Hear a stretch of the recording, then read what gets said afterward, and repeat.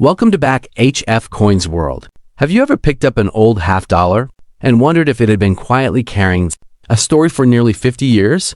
Maybe it was sitting in a coin jar, tucked inside a desk drawer, or passed down from a grandparent who never thought twice about it. At first glance, a 1977 Kennedy half dollar might seem like just another coin from the late 70s. But the more closely collectors study this year, the more fascinating it becomes. While most 1977 half dollars are common circulation coins, some examples stand out because of their exceptional condition, unusual minting characteristics, or collector appeal. And by the end of this journey, you'll understand why one ordinary-looking coin can attract so much attention among collectors across the United States. Picture America in 1977. The country was moving through a period of change. Families were watching new television shows. Gasoline prices were still a common topic of conversation, and the U.S. Mint continued producing coins that millions of Americans handled every day without giving them a second thought. Among those coins was the Kennedy half dollar, a denomination first introduced in 1964 to honor President John F. Kennedy after his assassination. Although the coin remained popular with collectors, by 1977 it wasn't commonly used in everyday shopping. Many people simply saved them because they looked different from quarters and carried a special connection to American history. That unusual habit created an interesting situation. Since many 1977 Kennedy half dollars were set aside instead of being heavily circulated, collectors today often find examples with attractive surfaces and sharp details. Even so, finding one in truly outstanding condition is much more difficult than many people expect. Tiny contact marks, bag scratches from mint storage, and years of handling can all affect a coin's grade. That's why experienced collectors don't just look at the date. They study every detail. Under proper lighting, the United States Mint struck these coins at Philadelphia and Denver for circulation, while specially made proof versions were produced in San Francisco for collectors. If you have a 1977 half dollar, the first thing to check is the mint mark. A small D indicates Denver, while proof coins from San Francisco carry a S, Philadelphia circulation. Coins from this year do not have a mint mark. That tiny letter may seem insignificant, but it helps tell the story of where your coin began its journey, nearly 5 decades ago. Here's something many new collectors don't realize. The value of a coin isn't determined by its age alone. 2 coins made on the same day can have very different values, depending on their condition, strike quality, eye appeal, and whether they display unusual mint characteristics. That's one of the reasons coin collecting remains so exciting. Every coin has its own story, and sometimes the smallest detail becomes the biggest surprise. Imagine opening an old family box filled with keepsakes from the 1970s. Inside is a faded envelope labeled half dollars. Pull out a shiny 1977 Kennedy half dollar that has been untouched for decades.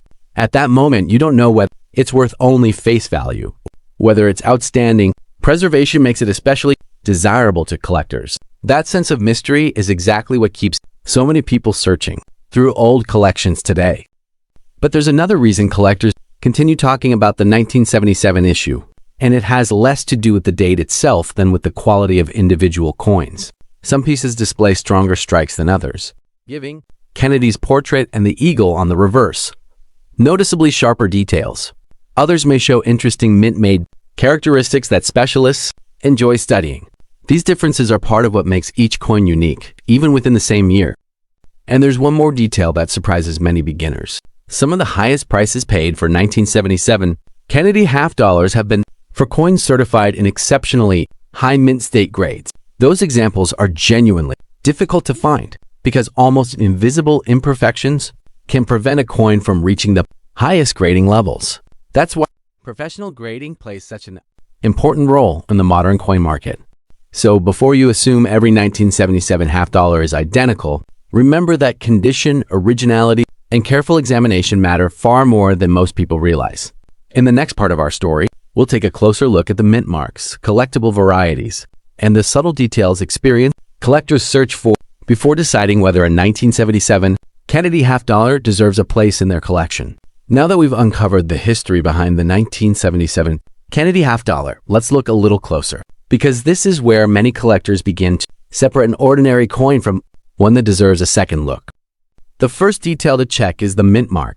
If your coin has no mint mark, it was struck at the Philadelphia Mint. Small d beneath Kennedy's neck on the obverse means it came from the Denver Mint. If you find an S mint mark, you're most likely holding a proof coin produced in San Francisco, specifically for collectors. These proof coins weren't intended for everyday circulation. Instead, they were carefully struck using specially prepared dies and polished planchets, giving them mirror-like fields and frosted design elements that stand out beautifully under light. At first glance, two 1977 half dollars might look identical, but collectors know better. One coin may have a crisp strike with sharply defined hair above Kennedy's ear and bold feather details on the eagle.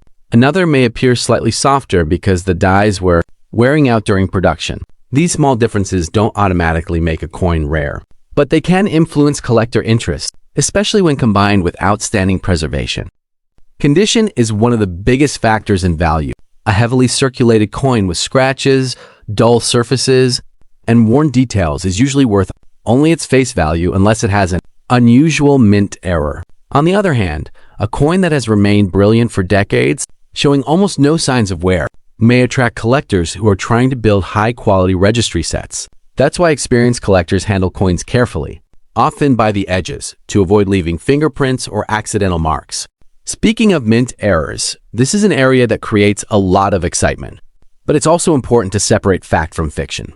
Not every unusual-looking coin is a genuine mint error. Damage that happens after a coin leaves the mint is very common and usually does increase its value. However, authentic mint-made errors, such as significant off-center strikes, dramatic clipped planchets, or major double die varieties, can be desirable depending on their rarity and how clearly the error is visible. If you think you've found something unusual, it's wise to compare it with trusted references or have it examined by a reputable grading service. Here's a surprising fact that many people don't know. Because the Kennedy half dollar wasn't widely used in everyday commerce during the late 1970s, many examples were stored away in banks, collections, and family keepsake boxes. That means thousands of 1977 half dollars survived in decent condition.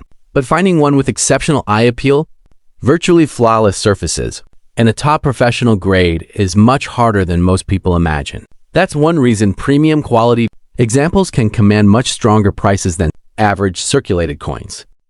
Imagine visiting a weekend estate sale in a small American town. You notice a worn cigar box filled with old coins. Most buyers walk right past it, assuming there's nothing special inside. As you gently sort through the coins, a bright 1977 Kennedy half dollar catches your eye. It still has its original mint luster with very few marks visible.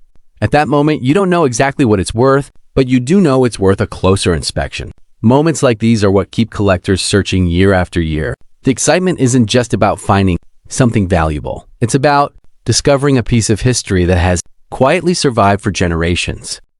As we continue, we'll explore realistic market values, what collectors are actually paying for different grades today, and how to decide whether your own 1977 Kennedy half dollar is simply a nice keepsake or a coin worthy of professional attention. So, what is a 1977 Kennedy half dollar actually worth? The honest answer is that it depends on the coin itself. Most circulated 1977 half dollars are worth their face value of 50 cents because millions were produced. However, coins that remain in exceptional uncirculated condition, especially those with strong eye appeal and high grades from respected professional grading services, can be worth significantly more to collectors. Proof coins from San Francisco are also popular, particularly when they remain in their original government packaging or receive outstanding grades. While a typical example may not be rare, premium quality pieces can attract competitive bidding because advanced collectors are always searching for the finest examples available. One of the biggest mistakes new collectors make is assuming that every old coin is valuable simply because of its age. In reality, rarity, condition, collector demand, and authenticity all work together to determine market value. That's why two 1977 Kennedy half dollars can sell for dramatically different amounts. One may spend years in circulation and show heavy wear, while another may have been carefully preserved since the day it left the mint, making it far more desirable. If you think you found an unusually well-preserved coin or one with a possible mint error, avoid cleaning it. Cleaning can permanently damage the original surface and often reduces a coin's collector value. Instead, store it safely in a protective holder and compare it with reliable references. If it appears especially unusual or is in exceptional condition, you may want to have it evaluated by a reputable professional grading service. Perhaps the most rewarding part of coin collecting isn't chasing expensive coins. It's the thrill of discovery. Every old coin carries a journey through American history. It may have passed through countless hands, sat quietly in a family collection for decades, or waited unnoticed in a forgotten coin jar. The next interesting find could be closer than you think. So before you spend a 1977 Kennedy half-dollar, take a few moments to examine it carefully. Look at the mint mark, study the condition, and appreciate the story behind it. Even if it doesn't turn out to be a high-value collectible, you'll gain a deeper understanding of a fascinating piece of American coinage. If you enjoyed this journey through the 1977 Kennedy half-dollar, don't forget to subscribe to HF Coins World for more stories about rare U.S. coins, collecting tips, and the history hidden in everyday pocket change. And if you have a 1977 half-dollar or any interesting coin in your collection, let us know in the comments. You never know what amazing discovery might inspire our next adventure. Until next time, happy collecting, and always take a second look before you spend your coins.